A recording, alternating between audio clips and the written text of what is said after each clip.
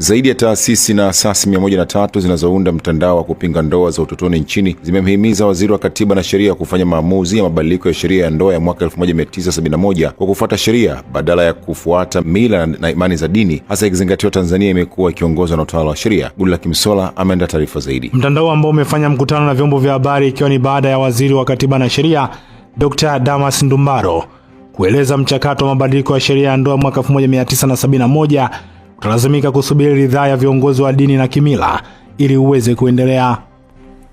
Wakizungumza na wanahabari jijini Dar es Salaam, mratibu wa mtandao huo Lilian Kimati pamoja na mkurugenzi wa shirika la Msichana Initiative Rebecca Jumi wamesema mtandao huo unapinga kauli ya serikali ya kusubiri ridhaa ya viongozi wa dini na kimila, kwani kutachelewesha mchakato wa mabadiliko ya sheria hiyo, hasa baada ya maamuzi ya mahakama ya rufaa na mahakama ya Tanzania. Tumekuja kama sauti moja kama wanamtandao kwa ajili ya kutoa tamko letu kulingana na kauli aliyoitoa ambayo inahatarisha au inaweza kusema inagusa moja kwa moja hizi harakati ambazo tumekuwa tukizipambania kwa miaka yote. Kwa hivyo basi ningependa kuchukua fursa hii kuwakaribisha wanachama kwa ajili ya kutoa tamko hilo. Mheshimiwa Waziri akawa anasema kwamba serikali haiwezi kutunga au kubadili sheria katika eneo hili mahususi bila kupata ridhaa ya makundi, hasa alikuwa anazungumza makundi ya dini, na akazungumza kama makundi ya dini ndio kikwazo kwenye kubadilisha sheria hii. Ndugu waandishi wa habari, kwa kauli moja, sisi kama wanamtandao wa kutokomeza ndoa za utotoni Tanzania tunapinga sababu iliyotolewa na Dr. Ndumbaro.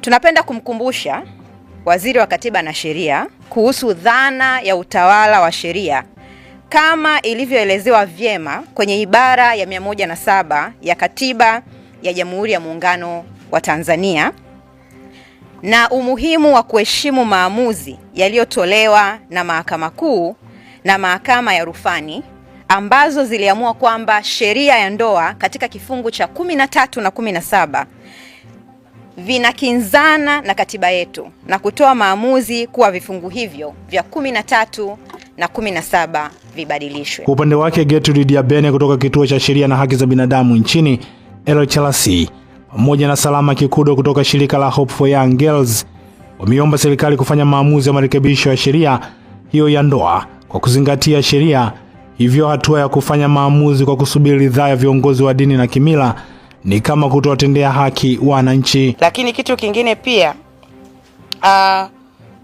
ni kitu ambacho mahakama ilishatolea maamuzi na imeipa serikali mwaka mmoja kurekebisha, ambao sasa hivi imepita miaka zaidi ya inaelekea 5 sasa na hamna kitu kilichofanyika. Kama nchi ambayo tunaishi kwa utawala wa sheria, sidhani kama ni kitu sahihi hasa kwa kiongozi ambaye pia mwenye dhamana ya kufanya mabadiliko haya kuweza kuongea kwamba anasubiri ridhaa ili kuweza kufanya mabadiliko ya sheria ya ndoa, hali kuna sheria nyingi kupita bila hata ridhaa ya wale wanaoathirika moja kwa moja. Tunaomba kumkumbusha Mheshimiwa Waziri wa Katiba na Sheria kuwa wakati wote kunapokuwa na mgongano kati ya dini, mila na sheria, sheria ndiyo hutawala na kutumika, kwa sababu sheria ndiyo inayoleta usawa. Dini zetu ziko tofauti, kuna wengine wa Kristo, kuna wengine Waislamu, kuna wengine hawana dini kabisa. Kutokana na hili yote ambayo yanarudisha nyuma, ni lazima tufanye mabadiliko ya sheria. Hatuwezi kuendelea kuishi kwa miaka 50. Ni sawasawa tunarudi tulikotoka. Sio kama tunahitaji kuwa na taifa endelevu, ni lazima tuwakomboe wasichana hawa, na hatuwezi kuwakomboa endapo tutaendelea kuishi ndani ya sheria hii. Wito wetu kwa serikali ni kuharakisha marekebisho ya sheria ya ndoa ya mwaka 1971 kulingana na kesi ya Rebecca Jumi, lakini pia kufanyia marekebisho vifungu vya sheria vingine ambavyo vinamkandamiza msichana ili kuongeza ulinzi kwa watoto wa Tanzania. Hata hivyo, mtandao huo kupitia kwa Shuma Mtengeti umeeleza kuchukua hatua nyingine, ikiwemo kuandika barua kwa Waziri wa Katiba Dr. Damas Ndumbaro wakiomba kukutana naye ili kujadili kwa kina kauli hiyo ambayo wanaamini imerudisha nyuma jitihada za mapambano dhidi ya ndoa za utotoni. Dunia inakwenda kwa kasi. Kujadiliana swala la kubadilisha sheria ya mwaka 71 ili kuwapa wasichana nafasi sawa ni swala pia la aibu kwa aina fulani. uso wakati wake.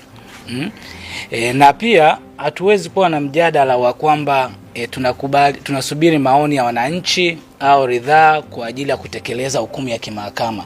Hivi kila hukumu ya kimahakama ikiwa inasubiria ridhaa au maoni ya watu kutekelezwa itakuwaje? Haya ni masuala ya msingi ya sisi kujiuliza. Kwa hiyo, lakini vile vile ningependa nikumbushe serikali yangu kwamba tuna uwekezaji mkubwa sana tunafanya katika sekta ya elimu. Tunataka bajeti ya elimu ipande, tunataka madarasa yajengwe, tunataka halafu wasichana watoka ndani ya shule. Kwani tunafanya kitu kama hicho? Tunaposema tunawekeza kwenye elimu, basi tujue tunawekeza pia kwa watoto wa kike ili waweze kupata elimu sawa. Lakini watoto wa kike kama wanaolewa chini ya umri wa miaka 18, ina maana wanatoka nje ya shule. Hatua hiyo inajiri wakati hadi sasa ikiwa imepita miaka 5 baada ya maamuzi ya mahakama ya rufani ya Tanzania kutoa hukumu kwa serikali kufanya marekebisho ya vifungu viwili vya sheria namba 13 na 17 katika sheria ya ndoa ya mwaka 1971 ili kuondoa kipengele kinachoruhusu mtoto wa kike kuolewa akiwa chini ya umri wa miaka 18. Asante sana Goodluck Msolla kwa taarifa hiyo.